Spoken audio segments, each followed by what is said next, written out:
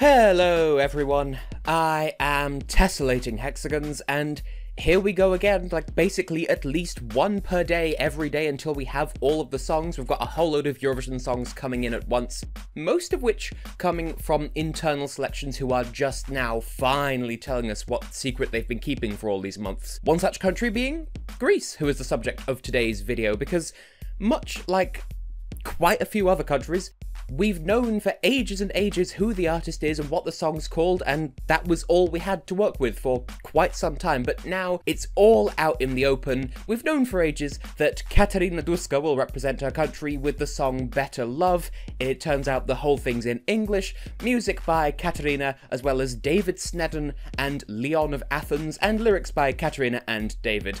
And, yeah.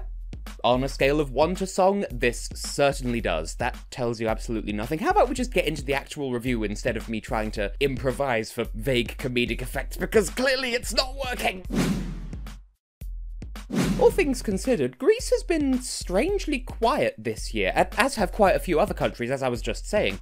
So I get the impression that they actually have a fair amount of confidence in the song that they're bringing this year, and I sort of see why. Like, judging by the music video and the texture of Katerina's voice, just to name two examples, I think they know that they've got a standout entry on their hands, and yet I'm kind of just a little bit disappointed personally.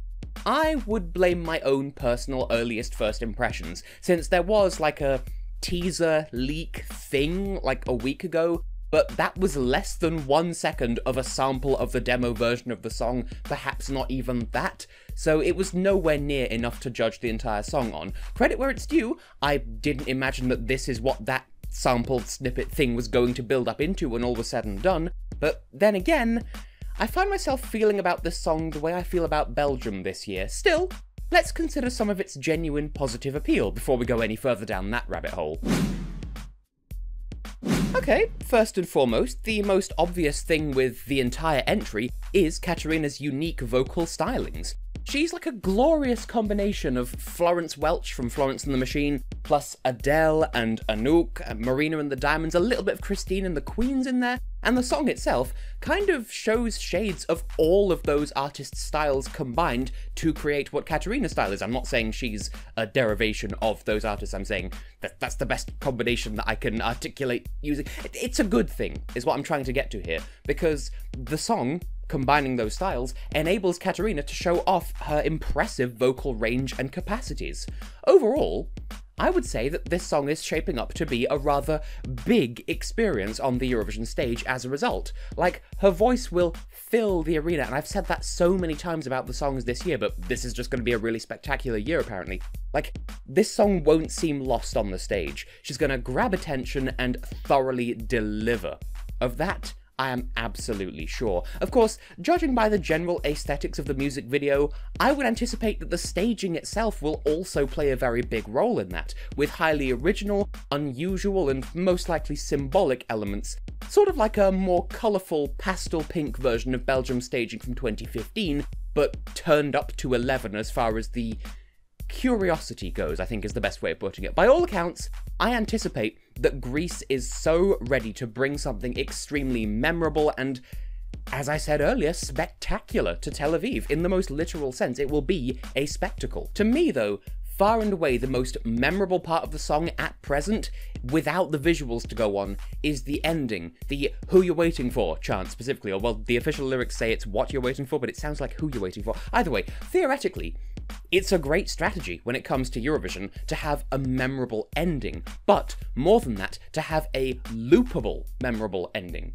Someone could have that ending, that chant, stuck in their head only for it to repeat itself over and over again rather than going on to the song's actual ending, creating a vicious cycle of memorability. It's an earworm in that sense. In other words, this song will leave an impression, but then go ahead to stick around to make sure that that impression stays impressed. Yeah, that's definitely the right word.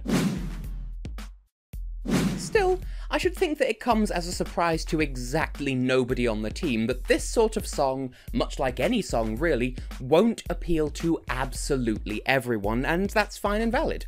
For instance, while Katerina's vocals are hugely impressive on a technical level because of everything she can do, like the highs, the lows, the head voice, the chest voice, it's all great, but that does come at the cost of distracting somewhat from the lyrics, or so I find anyway, particularly in the verses, where, on occasion, some of the words aren't super clear. Chiefly, I can never pick out what the first line of this song is supposed to be.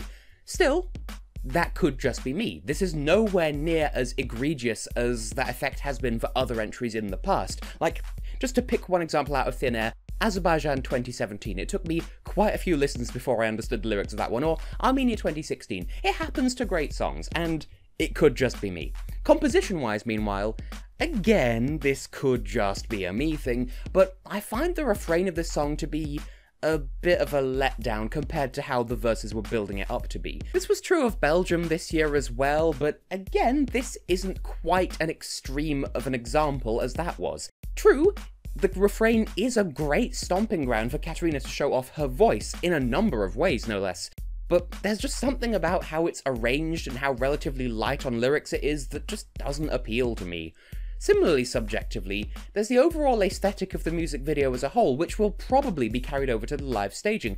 It's clearly got some good ideas and it will be memorable to look at, but to some people it's going to come across as off-puttingly weird, artsy-fartsy nonsense. If nothing else, there doesn't seem to be much to it that actually conveys the meaning of the song, and if the visuals distract from the song rather than enhancing the overall experience, then that's not really a great sign. Also, comparatively subjectively, am I the only one who was on edge throughout the entire music video, worrying about those pearls between her fingers and like they might just fly off at any second and just go everywhere?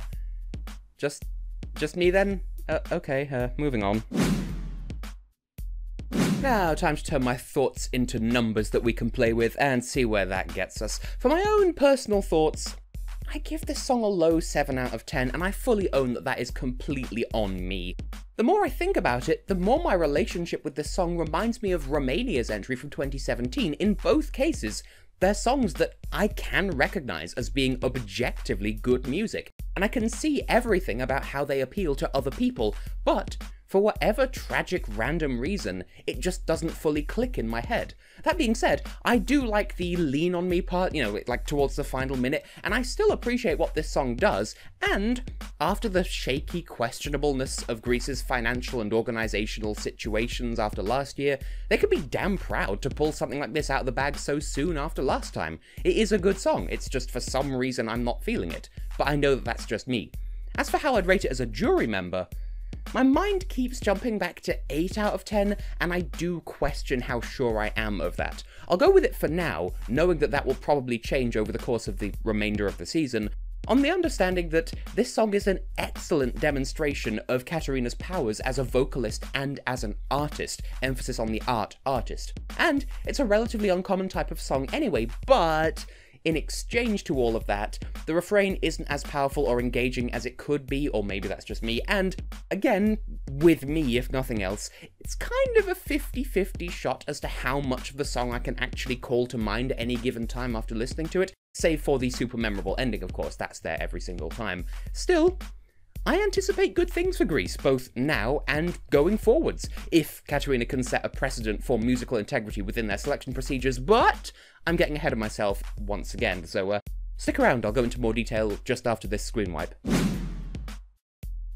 So yes, to reiterate what I was just saying a moment ago, yeah, there is no disputing that this is an improvement to Greece's track record for this year. Don't misunderstand, I absolutely loved Oniromu from last year, and I still genuinely do. It's just that Greece has kind of had nothing but unfortunate internal selection since 2016 of variable quality and variable outcome, both in terms of song and in terms of results at Eurovision, capped off by their intentions to return to a national final last year, only for it to completely implode after 4 out of the 5 entries withdrew before the night, for various reasons. So, for something to go this smoothly for them, with such an iconic, strong-sounding, original-sounding song to emerge at the end of it, this can only be an improvement to their standings, especially if this is how things will continue to be over the next couple of years. But for all of that praise on their strategy and how they've stepped up after last year, is this going to get Greece back into the final?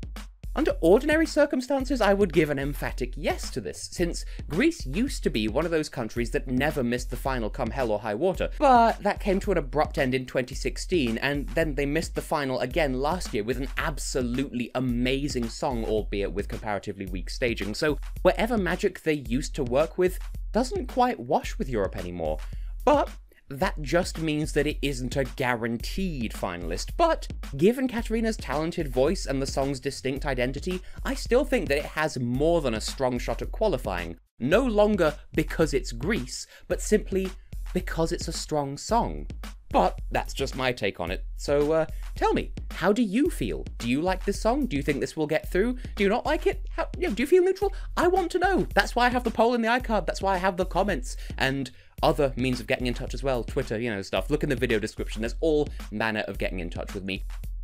While you're mulling over your own thoughts, though, to Katerina, to the whole Greek team, first of all, congratulations on making it this far with everything going right for you, and when it comes time to step onto the stage in Tel Aviv in May, I wish you the very best of luck. I can't wait to see what you're bringing.